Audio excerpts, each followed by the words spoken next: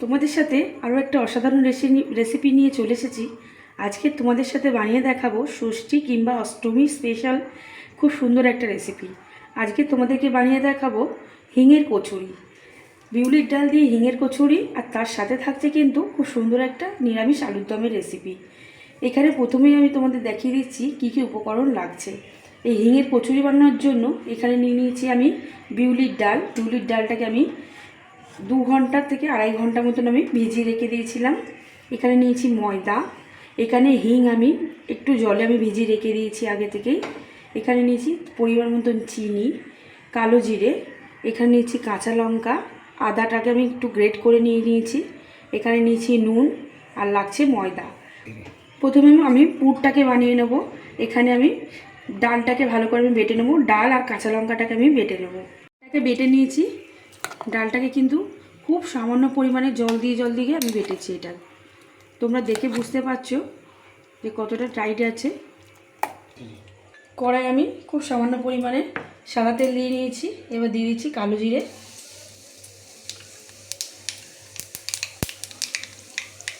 এবার এখানে ভিজিয়ে রাখা হিংটাকে দিয়ে দেবো।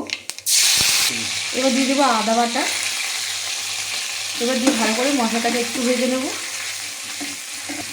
এবার দিয়ে দেবো এখানে পরিমাণ মতো নুন,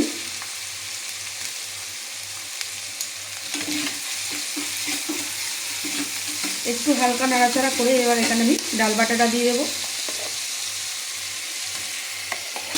এবার ভালো করে ডালটাকে একটু ভেজে নেব। এবার এখানে পরিমাণ মতন স্বাদ মতন চিনি দিয়ে দিলাম। দিয়ে ডালটাকে ভালো করে কিন্তু শুকনো করে নিতে হবে। ডালটা কিন্তু আস্তে আস্তে শুকনো হলে কিন্তু গা থেকে এরমভাবে ছেড়ে যাবে সুন্দরভাবে। পুরটা একদম রেডি হয়ে গেছে, একদম কিন্তু শুকনো শুকনো পুরটা হয়েছে। আমি পুরটাকে নামিয়ে ঠান্ডা করতে দেবো। আমার ডালের পুরটা একদম রেডি হয়ে গেছে। এবার এখানে আলুর দমের জন্য কী কী নিয়েছি আমি দেখিয়ে দিই।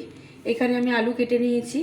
এখানে নিয়েছি আমি আদা কুচানো আদা আছে এখানটায়, ধনে পাতা, জিরে গুঁড়ো, ধনের গুঁড়ো, নুন, টক দই, কাশ্মীরি লঙ্কা, চিনি, হলুদ। ফোড়নের জন্য এখানে একটুখানি গোটা জিরে, শুকনো লঙ্কা নিয়েছি। এখানে নিয়েছি চালমগজ, আর লাগছে নারকেল কোড়া, নিয়েছি ফেস ক্রিম। কড়াই সর্ষের তেল দিয়ে নিয়েছি। প্রথমে আলুগুলোকে আমি ভেজে নেব। তেলটা গরম হয়ে গেছে, আলুগুলোকে লাল লাল করে ভেজে নেব। সামান্য পরিমাণের এখানে একটু হলুদ দিয়ে দেবো। এখানে আমরা নুন দিয়ে দেবো। দিয়ে ভালো করে আলুটা লাল লাল করে একদম ভেজে তুলে নেব। আমি এবার মিক্সিং জার নিয়ে নিয়েছি। এখানে দিয়ে দেবো আদা কোচানো, চালমগজ। ভালো করে আমি এগুলোকে একটা পেস্ট বানিয়ে নেবো। ভালো করে আমি মশলাটাকে বেটে নিয়েছি। আলুটাও লাল লাল করে ভাজা হয়ে গেছে। আমি এবার আলুটাকে তুলে নেব। ওই তেলের মধ্যে এবার আমি শুকনো লঙ্কা, গোটা শুকনো লঙ্কা, গোটা জিরে ফোড়ন দিয়ে দিলাম। ফোড়নটা একটু লাল হয়ে গেলে এখানে আমি টমেটো কুচি রেখেছি, টমেটো কুচি দিয়ে দেবো। এখানে একটা টমেটো কুচি দিয়ে দিলাম। এবার এখানে পরিমাণ মতো নুন দিয়ে দেবো। আলু ভাজার সময় কিন্তু আমি নুন দিয়েছিলাম, এখানে নুনটা একটু বুঝে দিতে হবে। টমেটোটা খুব ভালোভাবে গলে গেছে। এবার এখানে আমি জিরে গুঁড়ো দিয়ে দিলাম, ধনের গুঁড়ো,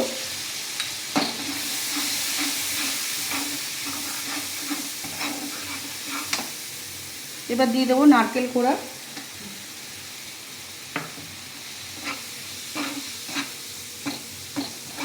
নারকেলটা দিয়ে মশলার সাথে একটুখানি ভালো করে আমি ভেজে নেব।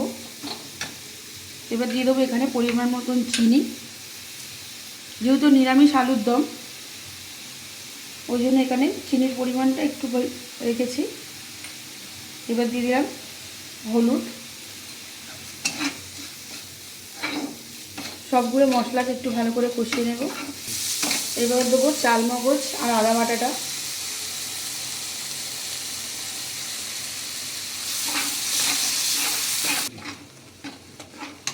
এবার দিয়ে দিলাম এখানে টক দই।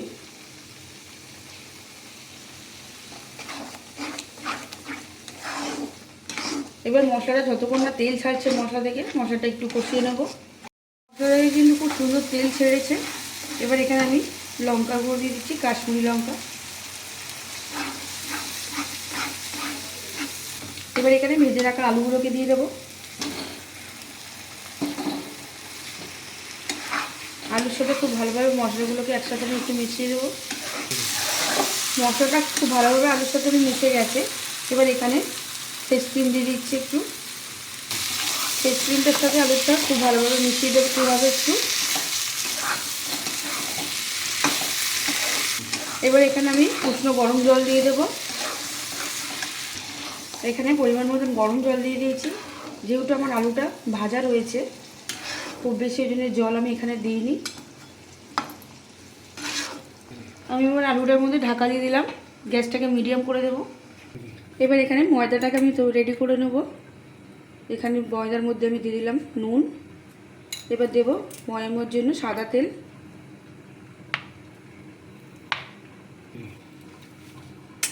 পুরটাকে করার সময় যেহেতু আমি সামান্য পরিমাণে একটু মিষ্টি দিয়েছিলাম, ওই জন্য এখানে আর আমি আলাদাভাবে কোনো মিষ্টি দেবো না। এবার এখানে উষ্ণ গরম জল দিয়ে ময়দাটাকে খুব ভালোভাবে মেখে দিতে হবে।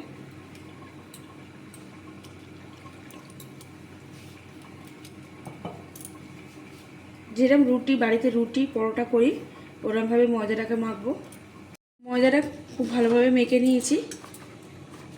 এবার আমি এর থেকে লেচি কেটে নেব।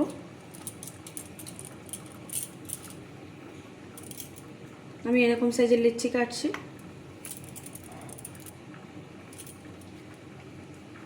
সবগুলো লেচি কাটা হয়ে গেছে। আমি এবার পুরগুলোকে ভরে নেব।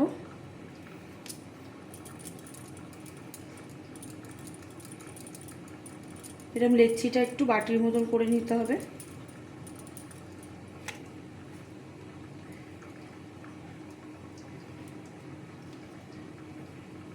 দিয়ে লেচির মুখটা কিন্তু চারিদিক দিয়ে খুব ভালোভাবে এরকমভাবে চেপে চেপে বন্ধ করে দিই।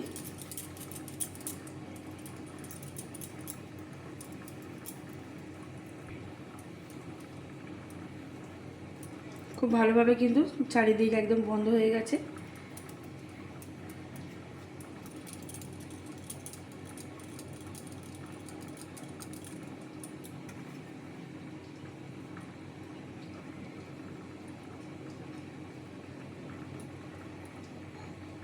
এরকম করে সবগুলো লেচিতে আমি পুর ভরে নেব।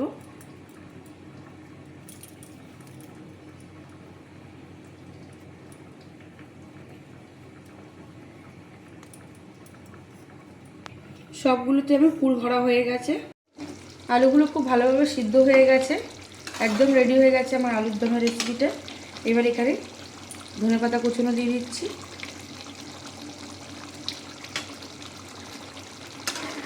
আমি এবার আলুর দমটাকে নামিয়ে নেব। এবার এখানে আমি কচুরিগুলোকে ভেজে নেব।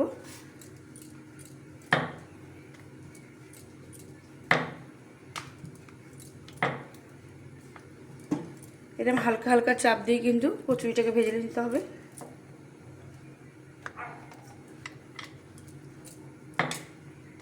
তোমরা চাইলে এখানে একটু করে সাদা তেলও দিয়ে বেলতে পারো। আমি সবগুলো কচুরি খুব ভালোভাবে বেলে নিয়েছি।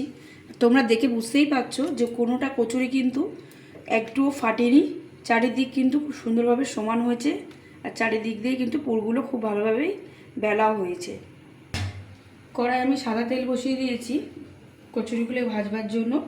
তেলটা গরম হয়ে গেছে, আমি এবার আস্তে আস্তে ছেড়ে দেবো।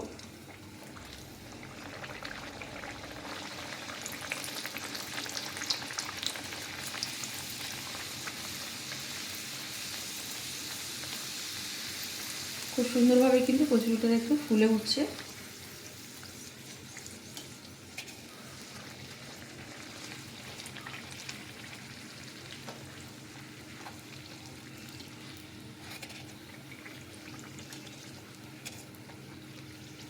একদম কিন্তু দোকানের মতন হিঙের কচুরি তৈরি হয়েছে।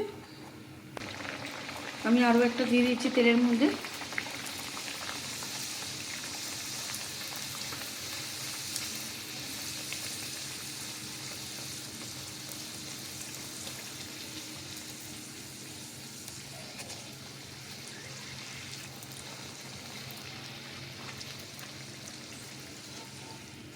সুন্দর একটা রেসিপি তোমাদের সাথে শেয়ার করলাম, বিউলির ডালের হিঙের কচুরি, আর তার সাথে নিরামিষ একটা আলুর দমের রেসিপি, নারকেল দিয়ে আলুর দমের রেসিপি। তোমরা এই রেসিপিটা এরমভাবেই ষষ্ঠী কিংবা অষ্টমীর দিনে বাড়িতে বানাবে, একদম জমে যাবে। আর যদি আজকের রেসিপিটা ভালো লেগে থাকে তাহলে অবশ্যই কিন্তু কমেন্টে জানাতে ভুলো না। আর যদি ভালো লেগে থাকে তাহলে প্লিজ একটা লাইক, কমেন্ট, শেয়ার। আর যে সকল বন্ধুরা আমার চ্যানেলটাকে এখনও পর্যন্ত সাবস্ক্রাইব করোনি, তোমাদের কাছে অনুরোধ রইল আমার চ্যানেলটাকে সাবস্ক্রাইব করে আমার পাশে থাকার জন্য।